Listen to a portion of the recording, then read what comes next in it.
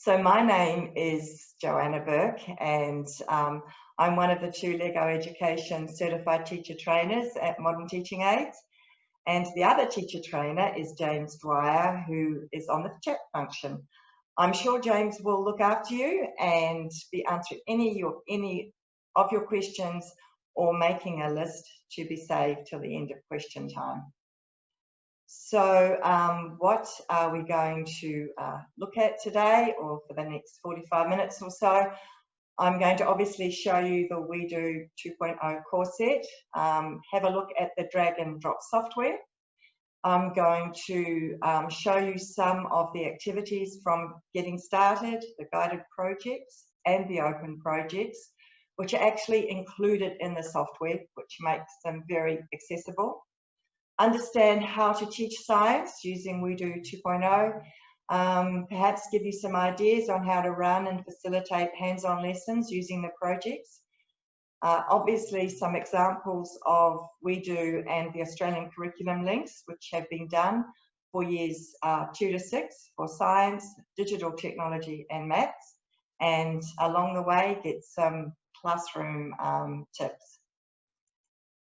However, before we look at the hardware, just quickly, I would like to show you, have a look at what is LEGO Education's approach to learning, because WeDo is a part of LEGO's continuum of learning for schools, and starting with Coding Express, it then moves through to its in the first few years, and then it moves on to WeDo, and then obviously on to Spike Prime, which is new this year, which we're also running webinars for, and then EV3, which has been out as the Mindstorms product, and that's used in primary and high schools. So all of those 8 points that you can see there, obviously relevant to all LEGO education resources that we use. The brick obviously makes it very engaging and very versatile for students to be able to participate. It's relevant in that students gain the skills they need, I think, that are going to help them definitely when they go on in the workplace, in the workforce later on. It's hands-on, so clearly we're all learning by making, doing, creating things. For me, this means that students can take ownership. It's obviously hands-on, ensures minds-on.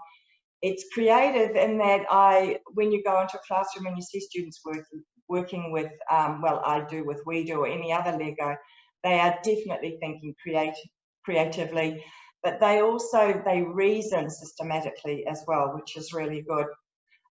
They're working together, they're learning together. Quite clearly, this is something that we find happens all the time. They're sharing ideas, they challenge each other. So the facilitated is probably more from your perspective as a teacher, and this can be achieved by good, I guess, frame setting and asking reflective questions, which the projects give you a lot of assistance in. So as far as hard fun goes, fun is widely accepted as a motivating factor in all kinds of education, from workshops to classrooms.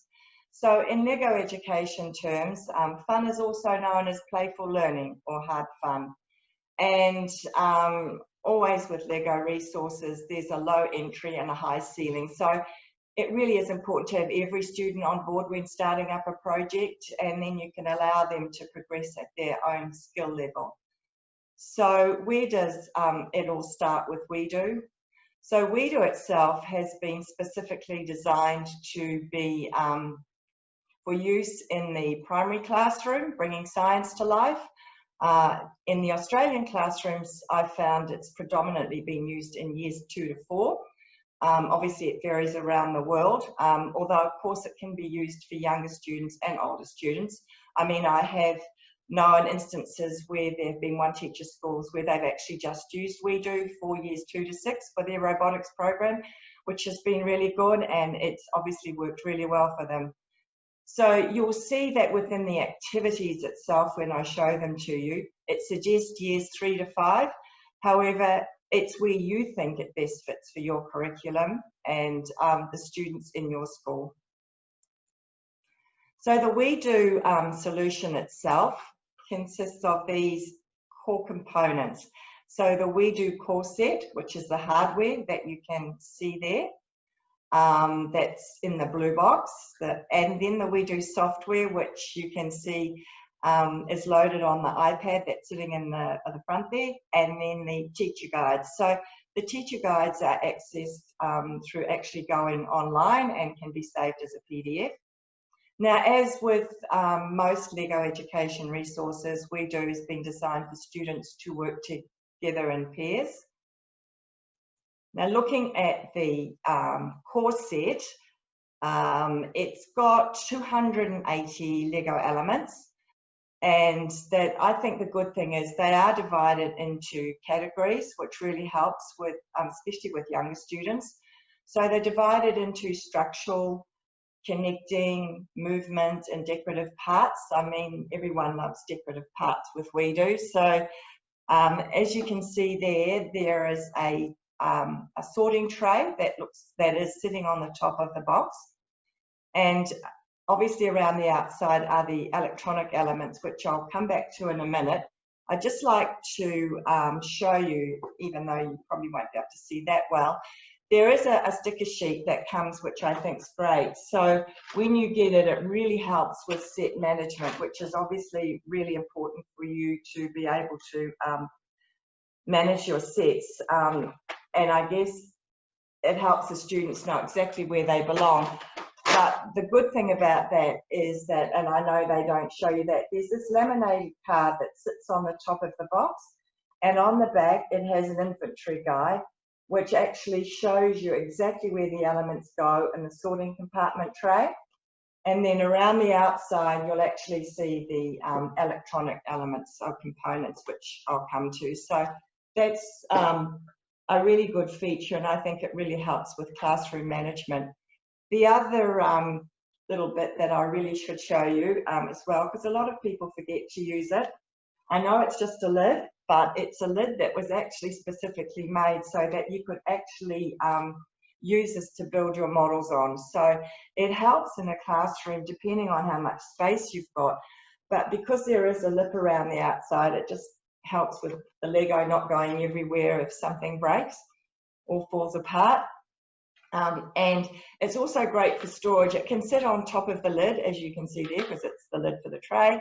But if there's a model that's been half made, I find that sometimes it can store quite nicely and then be ready to pick up for the next class. So that sort of thing can help quite a lot. So now, as far as the electronic components go, you've actually got a motor, which I've actually got one here, which I can show you. We have two sensors. One is a tilt sensor and the other a motion sensor, of which I'll show you those again a little bit closer up shortly. And then we have obviously the Smart Hub. So this is where the programs will be executed through, and it's connected to your laptop or your iPad or Chromebook via Bluetooth. So as far as the Smart Hub goes, when you get it, it doesn't come with a rechargeable battery. So this is extra that you need to purchase. But what it does is it will look like this when you get it in your set. And then if you just slide the cover off, I actually have a rechargeable battery. But if you were to take it new out of the set, this would look exactly the same from the outside, but when you look inside, it's empty. Obviously there's space there for AA batteries, so you have a choice of using AA's or you can have a rechargeable battery. Now obviously if you have a rechargeable battery in it like I do, you do need to have the what they call a transformer or battery charger. So that's an individual charger. So if you only have a couple of sets, that's good for that. But if you actually have more than that, then you may need to get one of the multi-chargers, which is something that we can advise you on or talk about. If you have EV3s in your school, however, it's the same charger. So you may want to use that and go on from there. So what I am going to do is we're going to go into the software very soon, and when I open up for the first time, you'll see this short introduction showing how to use WeDo. So there are all the way through it lots of I guess assistance for you as a teacher, and a lot of help for the students to be independent learners, which we are obviously trying to instill in them at a younger age. So you'll see a short introduction showing how to use WeDo 2.0. And the programming with WeDo 2.0 is actually really similar to building. So they're using programming blocks and they're using Lego blocks with their building. And so I think that works quite well with younger students too. So then from there, we'll go into the lobby, where you can actually view the teacher resources, which I'll show you, the classroom projects, obviously getting started with your first projects, and then accessing everything else from there, which I will take us into shortly. So WeDo 2.0 was designed specifically to bring science to life, which I, obviously it's been out for just a few years now, and I've really seen it working really well in classrooms. So, and it does this through the guided and the open projects. So what I'm going to do now is take you up and open the software for you so that you can all have a look at it and share that with you. And hopefully that's all showing for you now, and we should be able to go from here. Okay, so once we're into there, I just want to, sorry, I've just got to go back and share this one with you. Okay, sorry, I'm still getting used to some of this, and every now and then I just don't quite select it right. Okay, so this is the short intro that I showed you about, which is really good, and it essentially just takes you through about what you're going to go through with every single, all the formats the same with the getting started and the guided projects. So they're essentially going to be build a Lego model. They're going to build their own code and put the programming blocks together. Press the play block to bring the Lego model to life, and then get started with 4 quick and easy activities.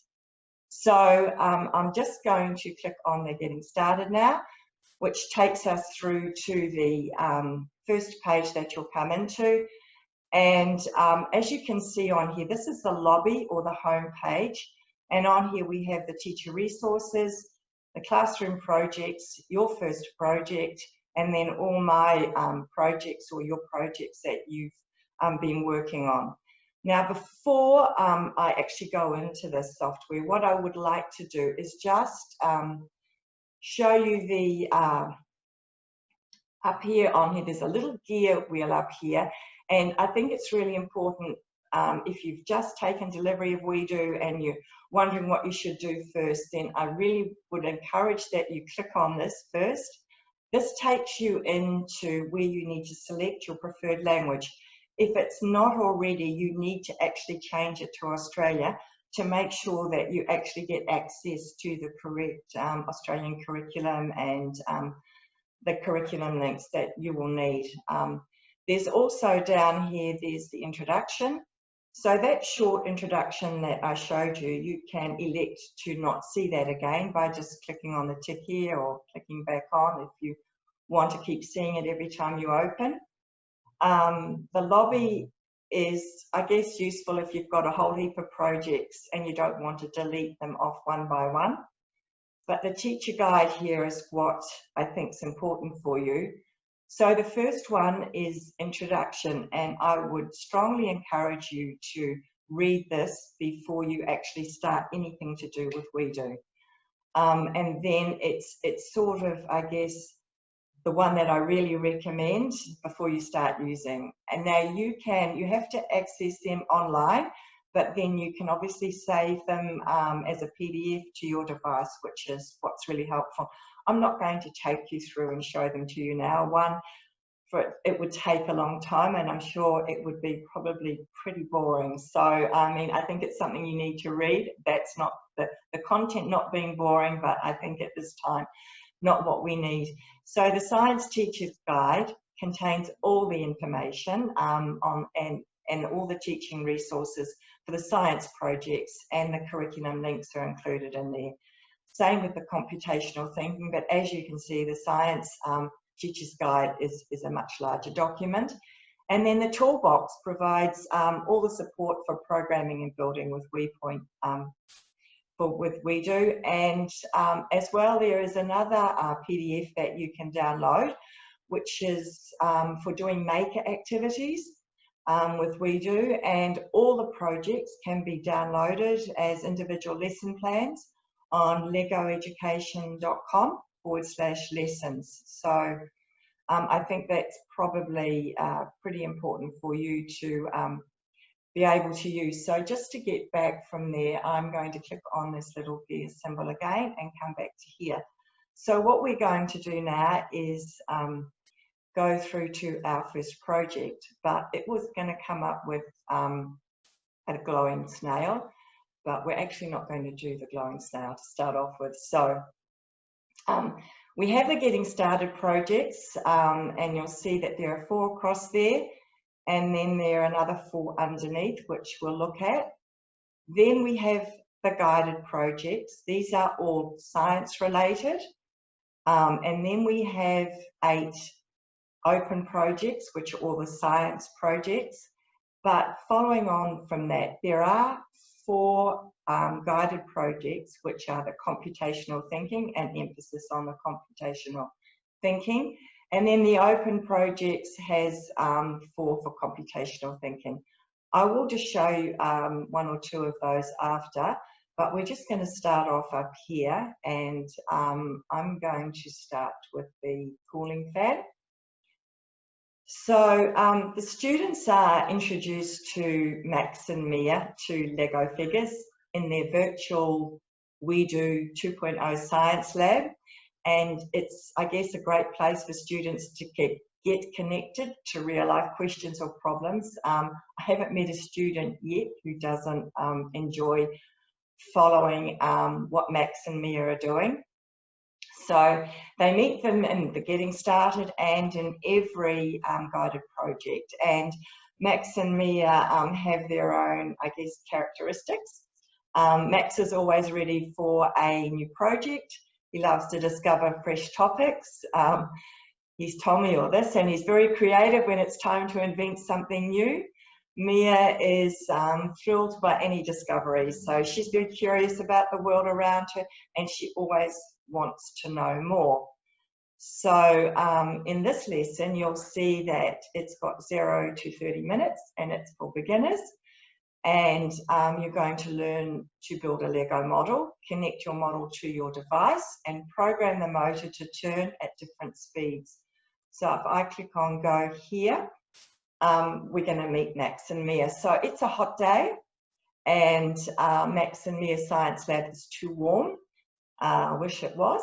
They want to build a fan to cool down the science lab, and Max and Mia need your help.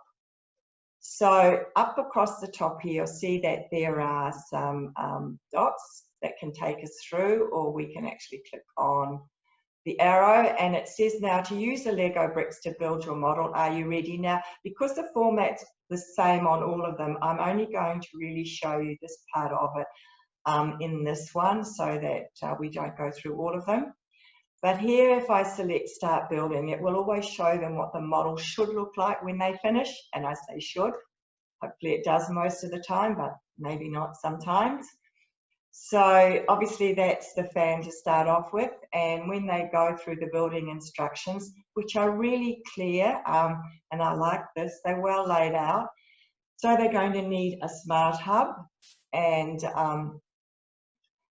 it will say that they need 1 of it. So it will have the number of what they need. So they need to get their bricks, and then obviously they're going to get a motor, and then the plates for the blades, and then it's a good job. And I think they all love being told it's a good job.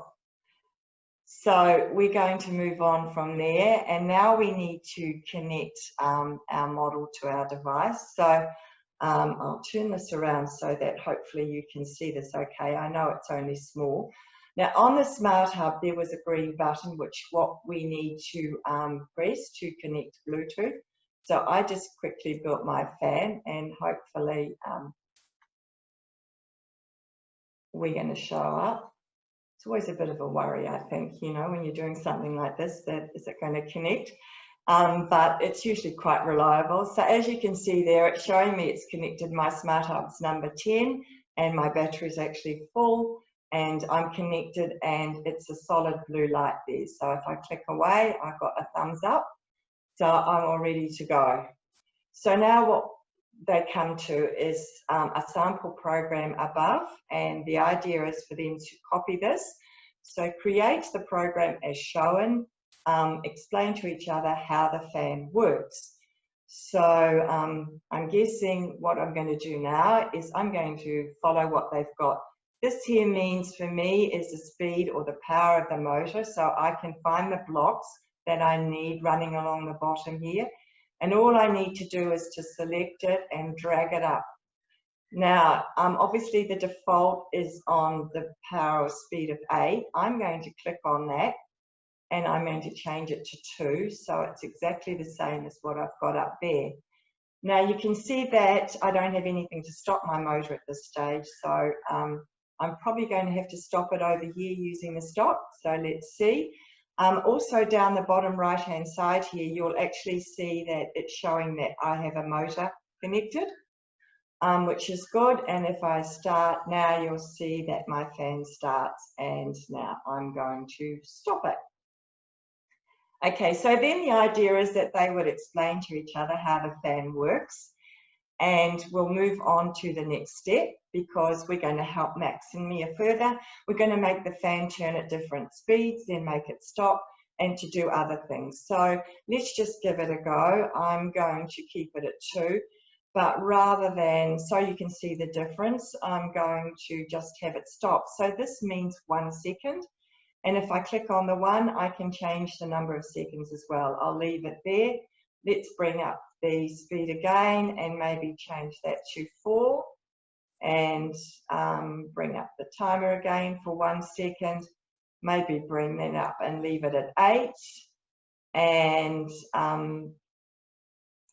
then we'll go for 1 second, and it will stop, but we'll bring up our stop sign as well. Now what I'll just do to show you is, I think what I'll do is I'll bring in some music between there, so they can record their own sounds, or I can use some sounds in here. I seriously can't remember what they all are, but I'm just going to select 4. That's obviously played through your device. Sorry, I just have to be really careful because I've been doing this with Spike, and I have a little dog that's sort of sitting quite next to me who gets very excited when I play sounds. Anyway, so what I'm going to show now is we can also change the color of the hub. So I think I might just bring that in up here, and maybe we'll change that to yellow. With a bit of luck, you might be able to see that. We'll see anyway how it works. So I'm going to change that, and if you'll see, you'll see that it's actually moving through. It should change the color and go. So you'll see that when it goes through the blocks, it's highlighting what block it's actually up to, and then it goes. Now, what I'm going to do now, because otherwise we won't be using them, is just to, while I've got it up there, I'm going to show you how easy it is just to connect the sensors into this program. Now, you can see that there, I can only connect 2 sensors, or 1 motor and 1 sensor at a time. However, I'll touch the, I might just put that in first while I'm talking. It is possible to connect up to 3 Smart Hubs to 1 device at the same time. However, Lego don't recommend that you use more than 1 motor. So you can use one device to control them, and obviously you can connect more hubs up. So you can play around with them a little bit so that you can have a little bit more fun with it, but obviously, as Lego say, it's not recommended to connect more than one motor. Anyway, I've got the motion sensor connected at this time because there's a little challenge that that we can present, is that when we only want the fans to turn on when we walk into the room. So obviously, if I just connect my motion sensor here, I'll just need to pop back in there, sorry. I need to find a wait for command. So this is what I can find along here with the yellow blocks. And if I bring that up, obviously I don't want the one in front. What I want to do is to bring up the motion sensor and connect it. So I can change the parameters of this by just clicking on it. And at the moment, what I want to do is just when an object gets closer, I want the fan to turn on. So if I bring up my hand and bring it in, hold on a second, I need to start the program, that might help. So if I bring my hand and bring it up closer, then I'll start my program and away I'll go. So that's obviously how we can use the motion sensor quite easily. So I can actually just take this off now, and I can bring up the tilt and connect that as well. Now the tilt obviously responds to that. You can shake it, you can have it forwards or backwards, left and right. I'll just connect it on there, but obviously now I need to change it to the tilt. So I'm going to bring that up, and I can change the parameters by just clicking on it. It's the same with all your motors as well, and any of them you can change the parameters by clicking on it. So I'm just going to leave it to shake it. So obviously this time I remember to start my program, and it's waiting for me to shake it. So it goes. And so you can see it's a pretty quick way of just showing you how easy the sensors are. So I'm just going to take those apart now and pop them down there. So what we're going to do, and while I was doing this, obviously I'm going to show you just at the top here what we've got before I move out, is this toolbar that's along the top. So this takes us back to the lobby, but after they've actually worked in any of their projects and during they're working with them, it's really good for them to document it. And they can do that as they're working through it. But I'll just show you the toolbar very briefly. It's we obviously are in this section here where we have the programming window. We can bring it down, or we can show all our projects back here, or come back to our program again. In this section here with the light bulb, this is great. Now this is two sections in here. The first one is the model library, which I really love because it shows them how they can construct different models. So this is where they can get on and be building their own, but it will show them this is how you can get your robot to wobble or drive or crank or walk, or your model to flex or to reel. But the other good thing about it is it actually shows them models that actually use that. So they can look at the rover, or they can look at the crank, and they can see it's used in the earthquake and the dyno. And I think this really helps them if they want to get on and explore so many more building possibilities for them when they start using it. And there are other challenges that I can tell you about. And this one is obviously the program library. So this helps them learn how to use the different blocks, combining them together in program strings, and how they all work, and again in different models. So I think they've got a lot of help there as students. Again, at this age, we're encouraging them to be independent learners and to work at their own level. And I think that this really encourages that. So what else they can do is they can actually take a photo of the projects and what they're doing. They can also take a video, and they can also then take a quick pic of their program and include it in any documentation. So They can also import their own sound into it, so which they really love, and you have to be careful because they can keep on doing that. And that just goes into the 0 slot, so they can bring that up. And then this is the documentation tool, which is really good, which allows them to, after they've done all their work, they can actually send it to you as a PDF, which is great, especially for assessment. So they can add new pages. They have, here is where they can actually decide what layout they may like. So they may want to select this. And then in here, they can add an image from their device or a video, and then they can document it. So they can add the text here. And then from there, they can go on and share it.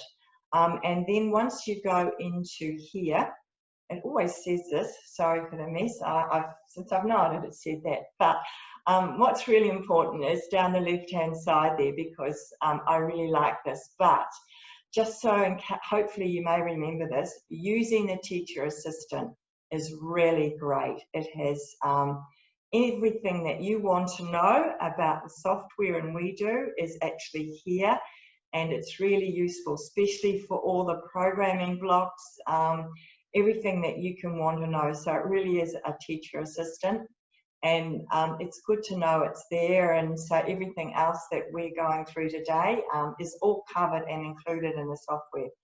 So I'm just going to go back now to our getting started in our projects. Quickly introduce Milo the Science Rover to you, because essentially Milo is going to take you and your students on a journey where you'll explore places that humans can't go in order to find a special plant specimen. In fact, there's a lot of talk about space right now, so it's probably quite... So this is the plant specimen, by the way, that they are going off to find, these special plant specimens. So in this Getting Started project, Max and Mia are joined by Milo, the science rover, and I've actually made up Milo for you, because Milo is actually a pretty cute little robot to make and to get started with.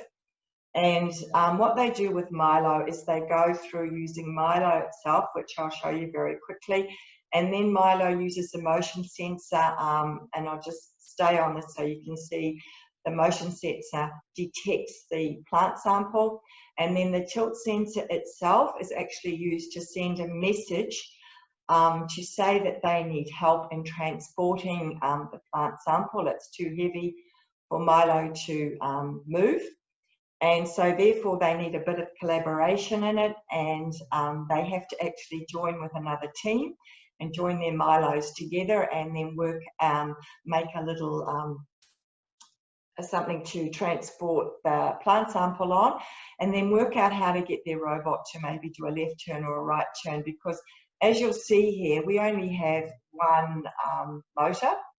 So obviously it's going forwards and backwards. So there's a bit of a challenge for them to work out how to build a robot or a model that can turn. And this is one way that they can do it. So going into this guided project, you'll see it says years 3 to 5. I kind of disagree in some ways, but anyway, it's going to take about half an hour, and it's a beginner level. And in this project, you'll explore different ways in which scientists and engineers can reach remote places, create and program Milo the science rover, and document how Milo can help you discover a special plant specimen. And we select go. So now Max and Mia are ready to explore the world, and they need some help, especially to explore remote places in order to find a special plant specimen. Now, all of them have these lovely little videos, and I'm going to play this for you. I will just take the sound down a little bit on it, because otherwise it's quite loud, which will just take me 1 second. So I'm going to play this for you and disappear myself off the screen for 1 minute.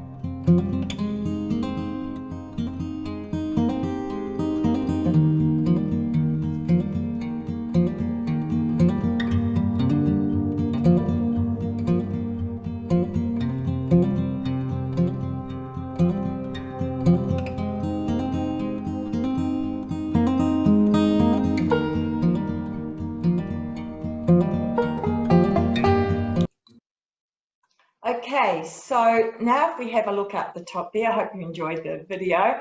All the projects are divided into 3 sections, which actually really help with classroom lessons. So there's the Explore, which we're in now. Then we can go on to the Create and Share.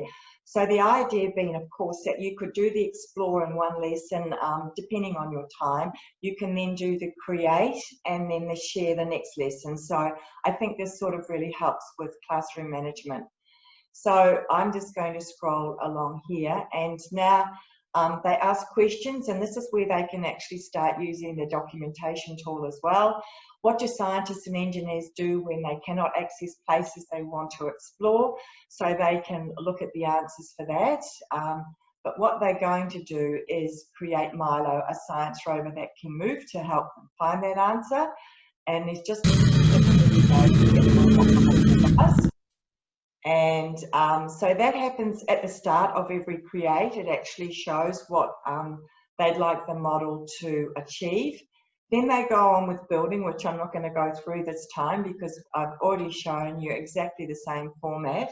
But what I might do is just for fun is just disconnect my fan, clearly, because as you can see, I'm still connected. And now I'm going to now hopefully connect my Milo, and let's just program that and hopefully connect to Milo, which is number 5. And it's showing me that it's connected because the light's blue, and we're all good to go. So if I move on to this now, I get rid of this program. And doing this, I just take the whole thing and drop it down, and I don't have to worry about it anymore. It's disappeared. So now I can just copy this program where I'm going to have a speed of 8, which might be a bit tricky up here. I'm going to, now this is the first time I've used these, are the motors. So this is obviously clockwise or anti-clockwise, but it's called this way or that way, and you can just change the direction by actually clicking on the block on the screen. And again, this is for 1 second. I'm going to change it for 2 seconds and bring up the cross. So now we have Milo, and I've got my sample program. If I download this, hopefully my Milo should just run to the end and stop. Okay, so that's Milo running on the tray, so it can go across for 2 seconds. There you go. So now what I'm going to do is take us over to, so the idea is now they take a picture of themselves and Milo and write what they think, and look, they all focused around answering questions and getting them to find the answers and solve real life problems. Essentially, that's what they're doing with all of them. The idea is now they can explain how Milo can help you in your science projects, and it's another good job, and they can go back. So rather than going back to the lobby, I'm just going to click on the collaborating because I just want to quickly show you this. So this is what happens at the end of it. They have to create and program a device to move the plant sample and then document it. So if we go on to that, as I said, they found the plant sample was too heavy. If we go on to create, this is just a picture here where they've actually joined both their Milos together. So they actually have to build that, and they're given the instructions on actually how to build that section there out of the Lego elements. And these are 2 programs here.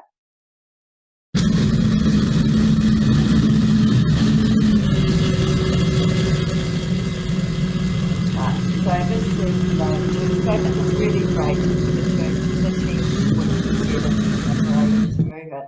However, I wanted to actually also show you that you can achieve this by having one device. So clearly I only have my dog to help me, but I just created a video of using one device where I actually got 2 Milos to move, and I've just made a little video, and it's actually included in my PowerPoint. So hopefully I'll just share that with you, and I'll just go on. So this is my go at using one device. So I'm actually using one device, and I'm got programming both of them. So just to show you that your students can have a bit of fun with it, as much as mine was challenging to get my interview with it. But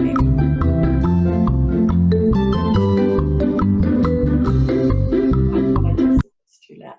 So that's just giving you an idea that you can put it together and you can probably have a bit of fun with it. So I'll just take us back to the software now, and we'll carry on.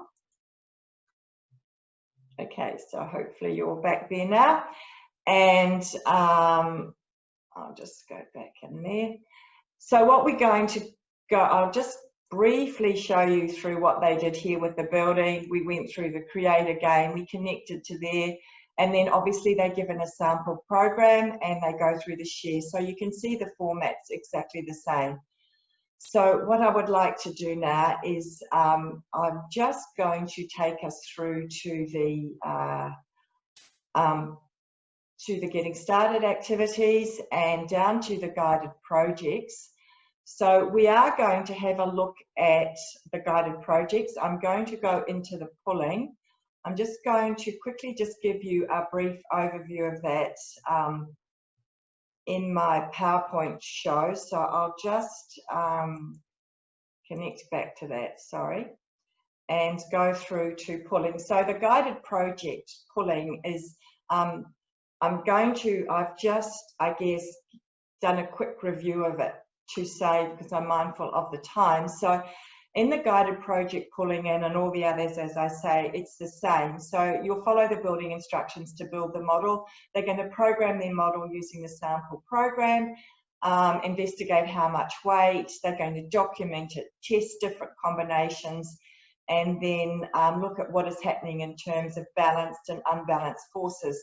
Now, for me, this is a really interesting, I guess, project for most students, because, and I'm going to go back to the software so that I can explain why when you're looking at it, because they're likely to believe that if something isn't moving, there's no force acting on it. So it's sort of giving them good real life examples as well. I like to try and say, well, like if you try and move a car with the handbrake on, because the car doesn't move, the students think no force is involved, yet there is. So I guess it's good for them to be able to understand this, but it's a fun activity. I love this one because you can have a really good challenge with it, which I'll show you in a minute.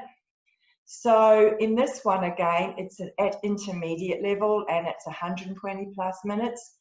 And the question is, what makes objects move? So I gave you the quick overview before, so I'm not going to really go through that again, but I'm going to just quickly show you this video.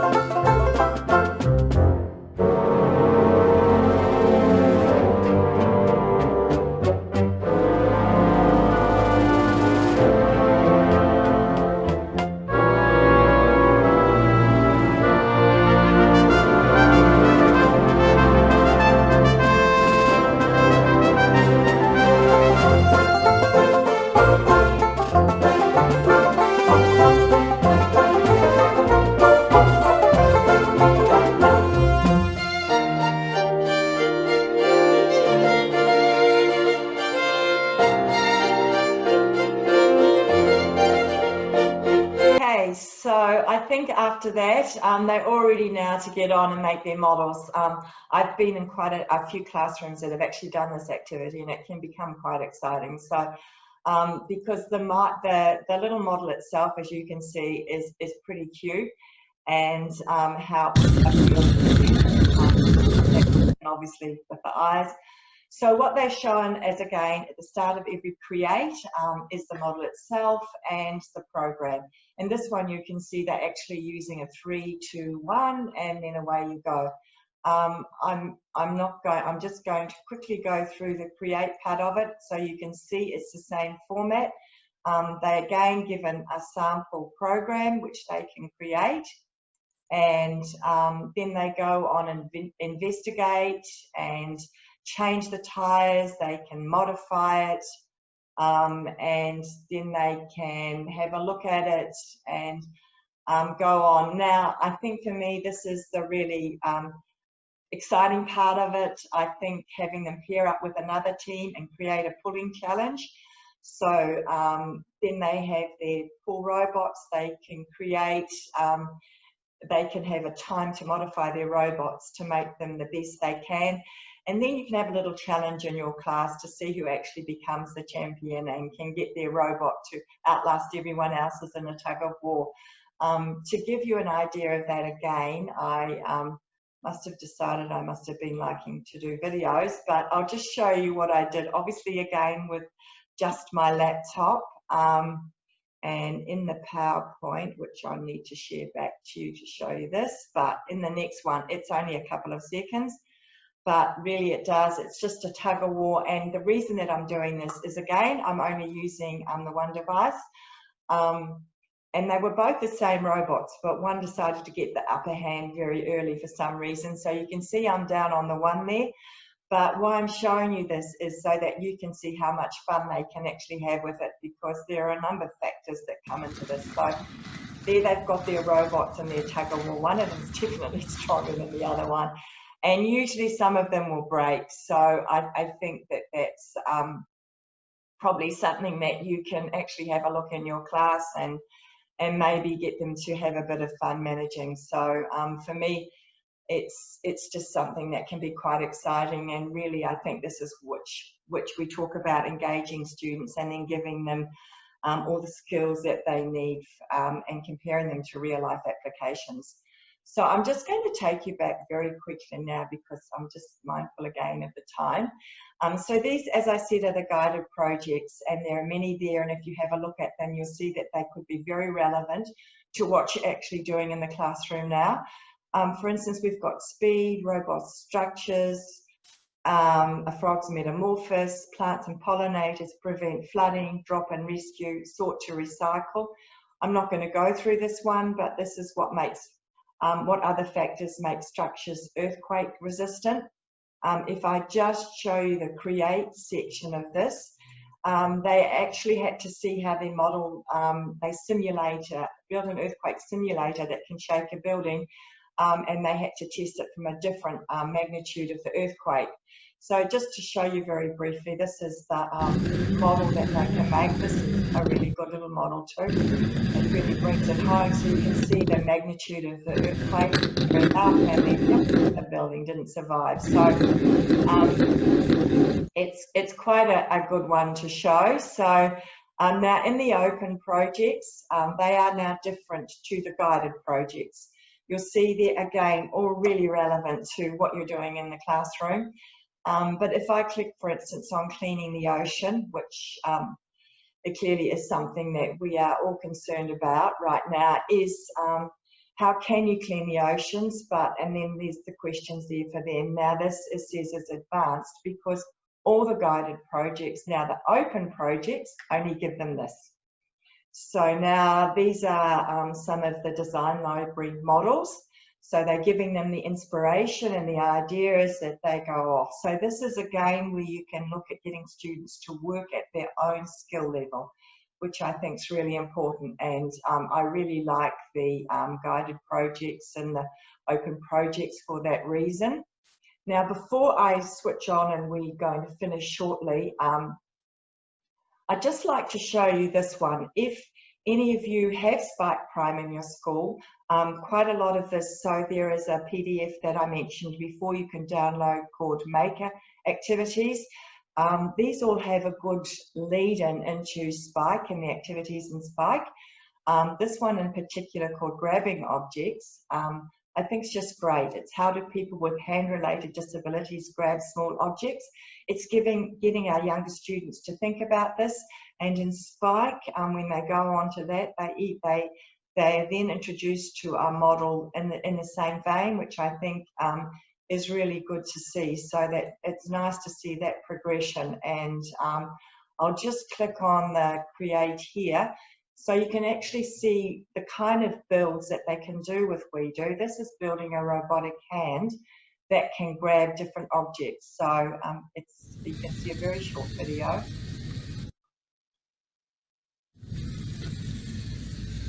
And I really think it opens up and shows you all the possibilities that are there for WeDo. So you've got all those projects in front of you, as I say, as well as the computational thinking.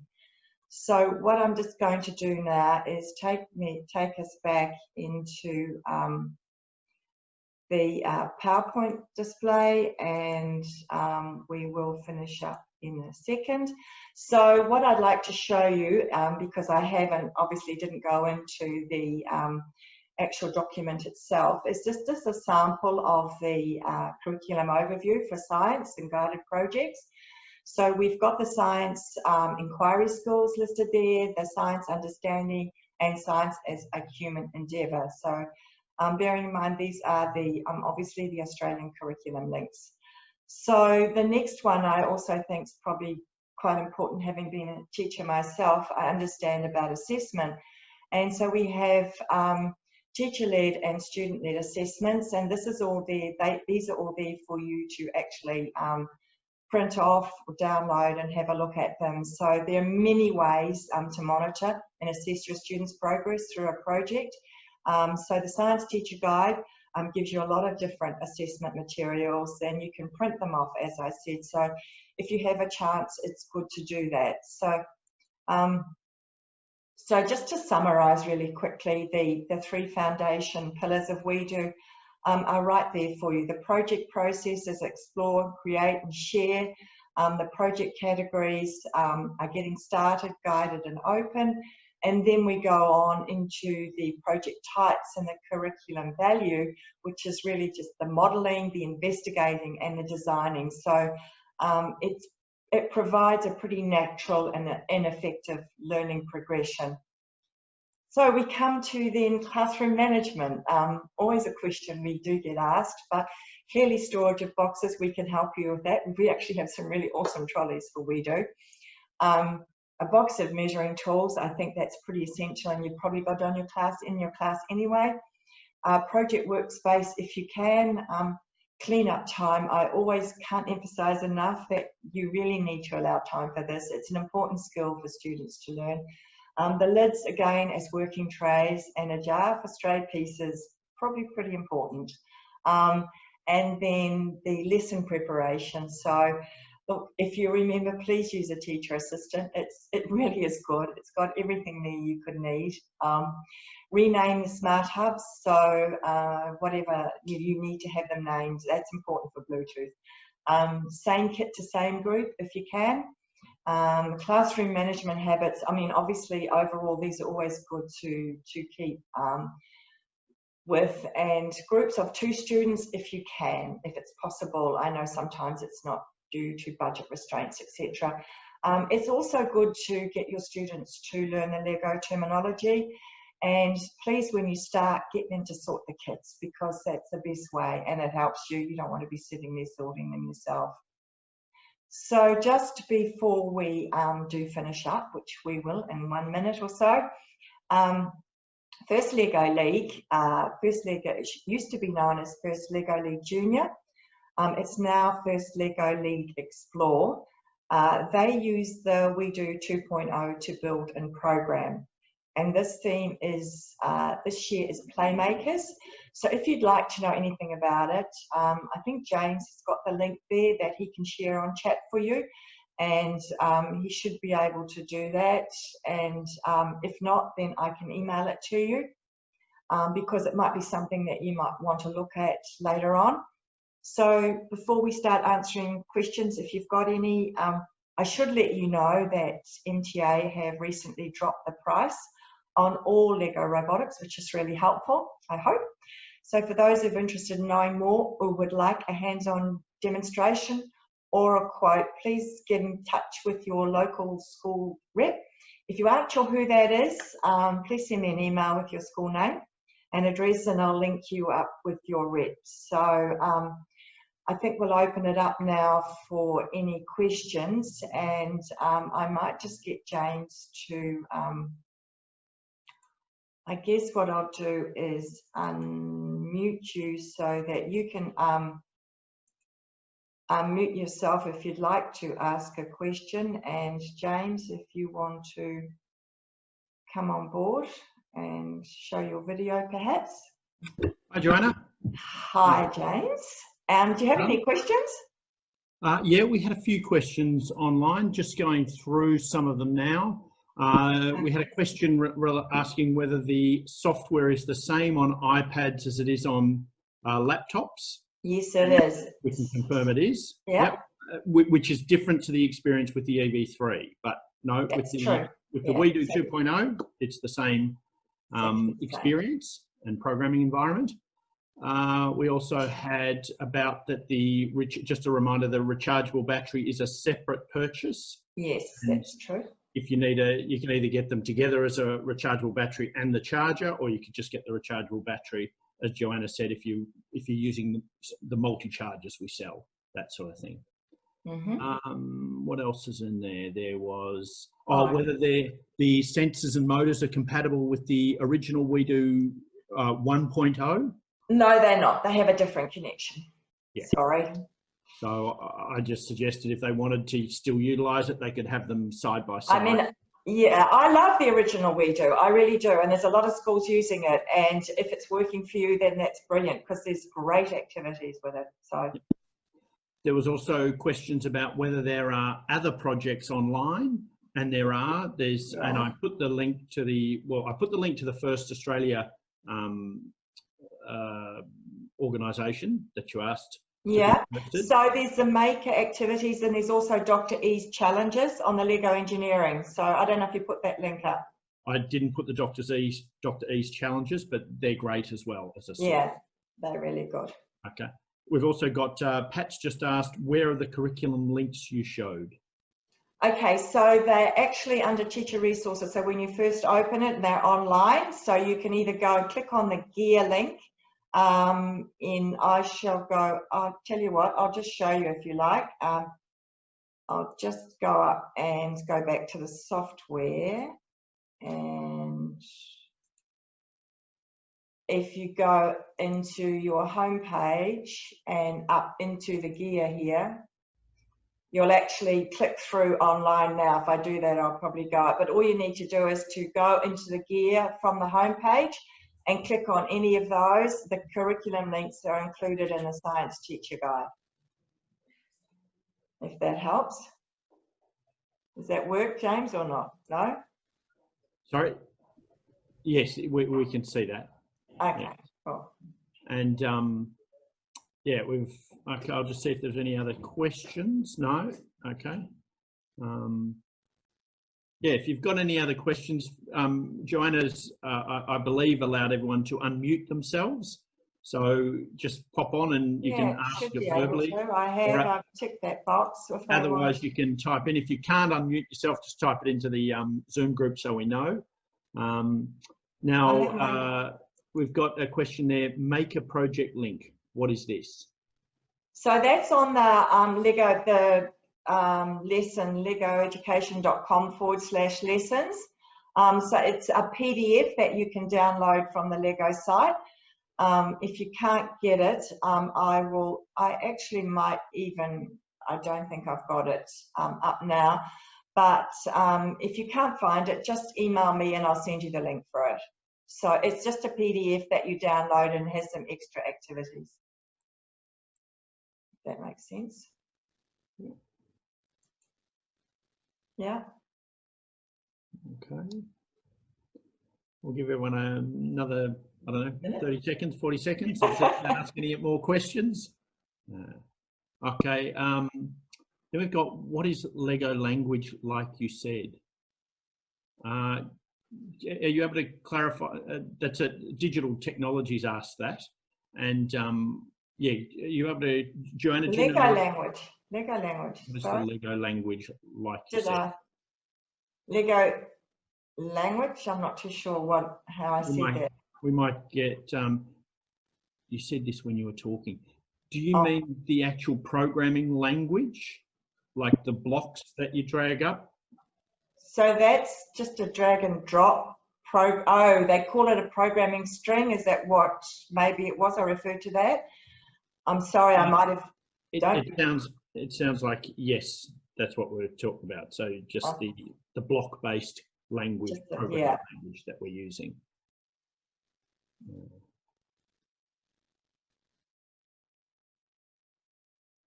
A bit off topic, but has anyone participated in Lego League before?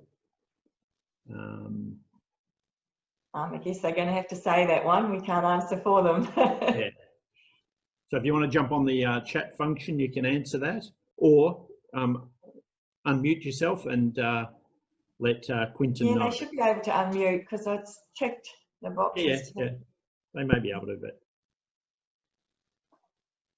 is there anyone there who has had a go at Lego League and wants to? Anyone been in the junior? Because it's now, I mean, I say it's now got a different name, it's called Explore, but if anyone's been it would be helpful to know, but no.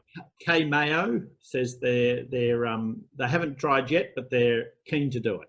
Oh, that's great. Well, we'd love to hear, okay? So if you're going to do it, we'd love to hear. So you can actually get last year's kit, I believe, if you go onto the site, and you can have a practice with that. So. Okay. And then just wondering what the experience was like. First I've heard of it. Okay. Dinosaur. More thank yous to Joanna, which is nice. How do we get kits this year? Okay. So if you want to, if you don't know who your local school rep is, we can put you in touch with them. So if you'd like to email me, I'll put you in touch with your rep and they can help you out with a quote, and I'm sure they'll be happy to, if you're close by, pop into your school or just to send you a quote for whatever kits you may like. Good news is everything's been reduced slightly in pricing, so good time to buy, I think. Okay.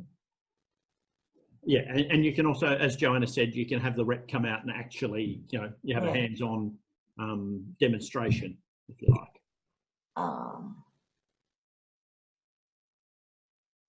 Will there be online spike training coming up? Yes, we'll be putting that together. I suppose we're in the process of trying to work out whether we go face-to-face or what the restrictions on schools are, but we will most likely be starting to run some online training, proper training. The difficulty with that will be that you will need to have a kit with you in order to train, and so whether that's training to people who've already purchased through us, that sort of thing. We're just in the process of working that out. Yeah, we shall let you know in due course. Do you sell regular Lego blocks as well? There are. Yes, on the website there are packs that you can get of, ranging from everything from Duplo up to other sort of kits. Enough you can use, right, to be a master builder.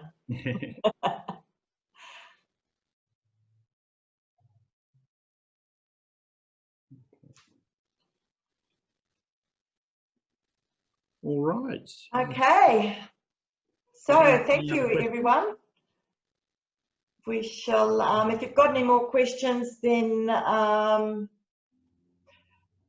email us and we can answer you that way.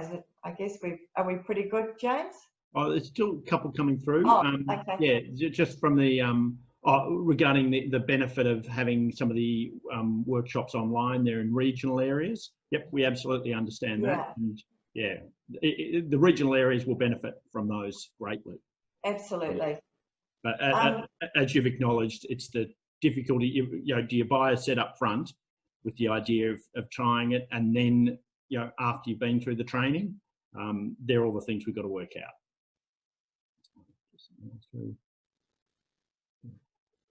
Demo. I've just sent an order through. Yeah, Sally, if you've just put an order through, get in contact with Joanna. She'll put you in contact with your rep, and they can come out and show it to you, sort of. But yeah, in terms of yeah, what sort of demo you're requiring, yeah, they can show you give you a basic demonstration anyway, if you want the rep to come out. Yep. Okay. I think we can.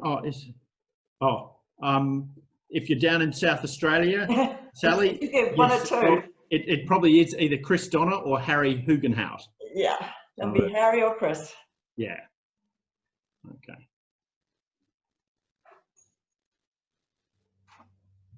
All right.